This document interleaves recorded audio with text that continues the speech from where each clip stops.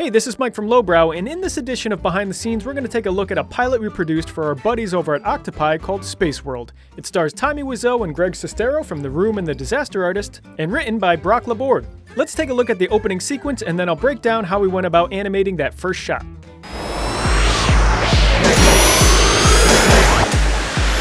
Alert! We are now 2 space units away from our target. Drogle is your greatest enemy, TX. You can't let him get away. I know this, Bleeby. Please don't annoy me with your breath right now.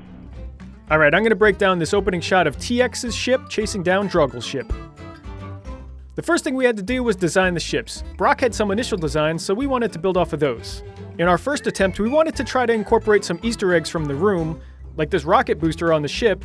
It's kind of like the water bottle Tommy had in this scene. I did not hit her. It's not true. It's bullshit. I did not hit her. I did not. Oh, hi, Mark. That didn't really work, so after a few more passes, we settled on these final designs. Once the designs were set, we brought in our super talented friend Ryan Hudson to create some 3D models of the ships. These were designed in such a way that we could bring them into Adobe Animate, allowing us to grab any angle we needed for the twists and turns of that opening shot. Now that we knew the designs of the ships, where the guns were placed, sizing, and so on, we could start the animatic.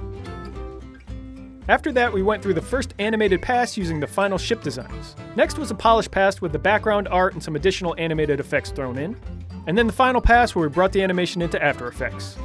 Alright, so we're in After Effects, and I'm going to show you how we broke out the shot. We kind of separated things into layers, added different effects and everything to make it look nice. I'm just going to play through the shot right now.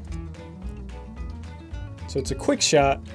Let's start with this starburst here. So in the animatic, we kind of had this little spark coming in from the distance, and this helped kind of lead in where Drogle's ship was coming from. And technically, having a lens flare doesn't really make sense here. It's just sort of eye candy, you know, it makes it a little bit nice and kind of helps fill out the frame a little bit more.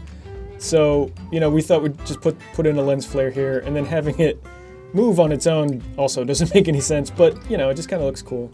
And it's a quick shot, and it's a goofy, fun series, so you know, any little bit that we can add in here just to make it a little extra special is cool. And all that is just a lens flare on an adjustment layer.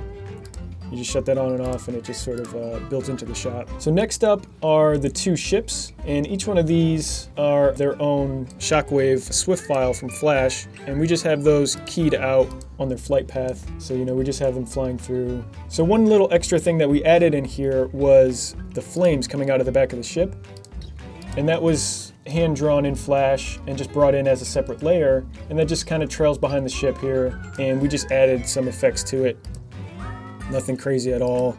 I think we just changed the color, added a little bit of glow. That was it. We just animated them in white. We just, you know, changed the color a little bit, added a little glow. I think we had a version here with some blur, but we didn't like that. And just kind of upped the brightness just a little bit, if you can even tell. And then the last big thing was particle effect going behind each one here. And that's just something generated in After Effects. There's a lot of different controls you can do, you know, and it just kind of helps add this little space trail, this little energy thing. That's just controlled by different parameters in the effects. It's just CC Particle World. It's all different stuff that you can add to it.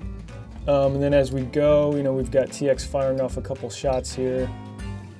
So in those shots, each one of those is its own layer as well, brought in from Flash as a shockwave file.